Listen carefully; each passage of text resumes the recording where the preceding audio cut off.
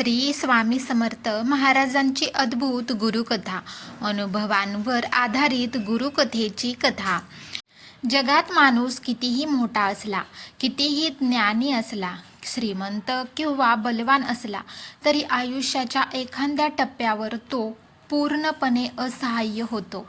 त्या क्षणी त्याला आधार लागतो.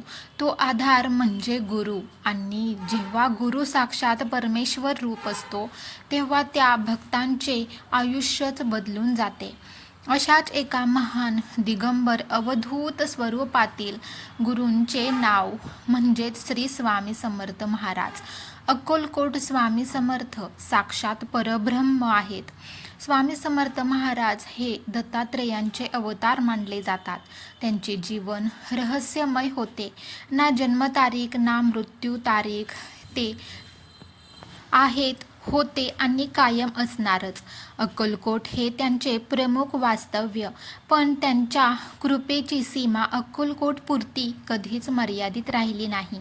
जिथे भक्तांची हाक तिथे स्वामी समर्थ महाराज साक्षात उपस्थित असतात. स्वामींचा स्वभाव कधी रागीट, कधी मृदू, कधी मौनात, कधी वज्रासारखा शब्दात. पण त्यांच्या प्रत्येक कृतीमागे एकच उद्देश, भक्तांचे कल्याण. एका दुःखी भक्ताची सुरुवात. आपण ही कथा ऐकणार आहोत, त्यांचा अनुभव ऐकणार आहोत. महाराष्ट्रातील एका छोट्या भागात विठ्ठलराव नावाचा एक गरीब प्रामाणिक शेतकरी राहत होता. घरात गरिबी, कर्ज, अचानक आजारपण आणि सतत अपयश. शेती नापिकीमुळे कर्ज वाढत चालले होते. घरात लहान मुले, आजारी पत्नी. विठ्ठलराव रोज देवाला प्रश्न विचारायचा, देवा माझंच नशीब असं का? एक दिवस कर्जदारांनी घरावर येऊन अपमान केला. त्या रात्री विठ्ठलराव पूर्णपणे खचला. तो म्हणाला, आता या जगात जगण्यासारखं काहीच उरलेलं नाही. स्वामींना त्याने पहिली हाक मारली. त्या रात्री विठ्ठलरावाला एक अद्भुत स्वप्न पडलं.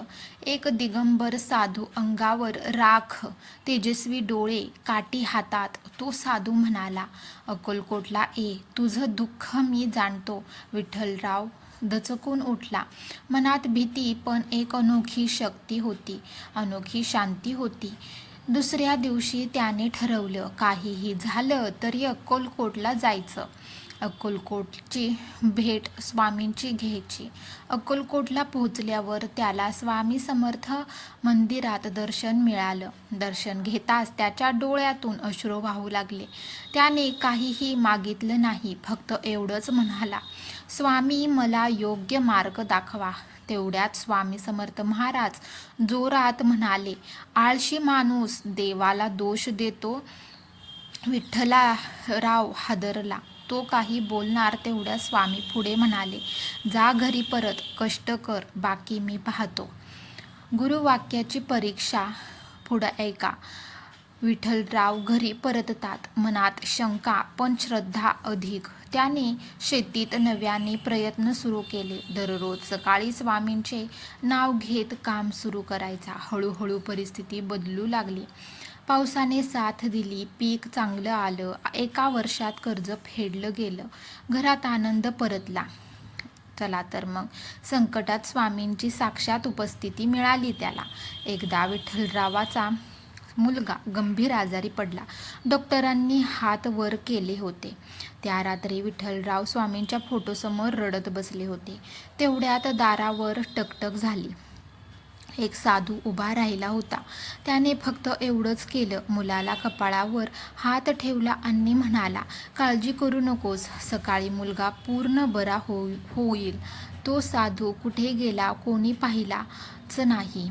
विठ्ठलराव समजून गेले, स्वामी समर्थ आले होते. स्वामींचे अनुभव अनेक भक्तांची साक्ष आहेत. आजही हजारो भक्त सांगतात, अपघात टळला, आजार बरा झाला, कोर्ट कचेरीत न्याय मिळाला, संकटात मार्ग सापडले. सगळं कसं? कारण स्वामी समर्थ महाराज. मी भक्तांचा कधीही त्याग करत नाही. गुरु भक्तांचं खऱ्या अर्थाने फळ. स्वामी समर्थ महाराज फक्त समस्या सोडवत नाहीत, ते भक्तांना घडवतात, अहंकार मोडतात, संयम शिकवतात, श्रद्धा दृढ करतात. जे स्वामींवर पूर्ण विश्वास ठेवतात त्यांचं आयुष्य कधीच रिकामं राहत नाही. स्वामी समर्थांचा महामंत्र आपण पाहणार आहोत. श्री स्वामी समर्थ, जय जय स्वामी समर्थ. हा मंत्र मनापासून श्रद्धेने म्हटला तर अशक्यही शक्य होते. शेवटचा संदेश ऐकूया. आज तुम्ही जे काही दुःख भोगत आहात ते कायमचं नाही. स्वामी समर्थ पाहत आहेत, परीक्षा घेत आहेत आणि योग्य वेळी कृपा करणारच. फक्त एकच करा, श्रद्धा ठेवा, संयम ठेवा, स्वामी आणि स्वामींचा आधार सोडू नका. अक्कलकोट स्वामी समर्थ महाराज की जय हो.